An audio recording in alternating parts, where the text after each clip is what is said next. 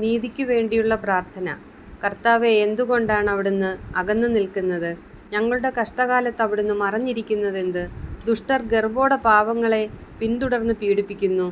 അവർ വച്ച കെണിയിൽ അവൻ തന്നെ വീഴട്ടെ. ദുഷ്ടൻ തന്റെ ദുരാഗ്രഹങ്ങളെക്കുറിച്ച് വൻപു പറയുന്നു.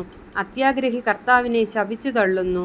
ദുഷ്ടൻ തന്റെ അഹങ്കാരത്താൽ അവിടുത്തെ അന്വേഷിക്കുന്നില്ല. ദൈവമില്ല എന്നാണ് അവന്റെ വിചാരം. അവൻ മാർഗങ്ങൾ എപ്പോഴും വിജയിക്കുന്നു. അവിടുത്തെ ന്യായവിധി അവന് കണ്ണെത്താത്ത വിധം ഉയരത്തിലാണ്. അവൻ തന്റെ ശത്രുക്കളെ പുച്ഛിച്ചു തള്ളുന്നു. ഞാൻ കുലുങ്ങുകയില്ല. ഒരു കാലത്തും എനിക്ക് അനർത്ഥം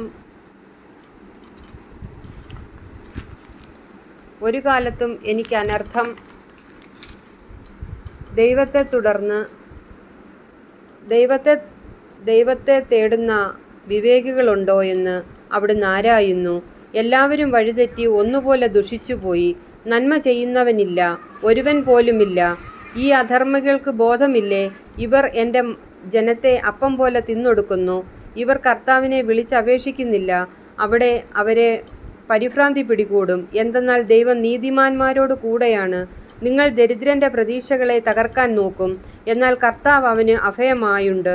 ഇസ്രായേലിന്റെ വിമോചനം സിയോനിൽ നിന്ന് വന്നിരുന്നെങ്കിൽ, കർത്താവ് തന്റെ ജനതയുടെ സ്വസ്ഥിതി പുനഃസ്ഥാപിക്കുമ്പോൾ യാക്കോബ് ആനന്ദിക്കും, ഇസ്രായേൽ സന്തോഷിക്കും.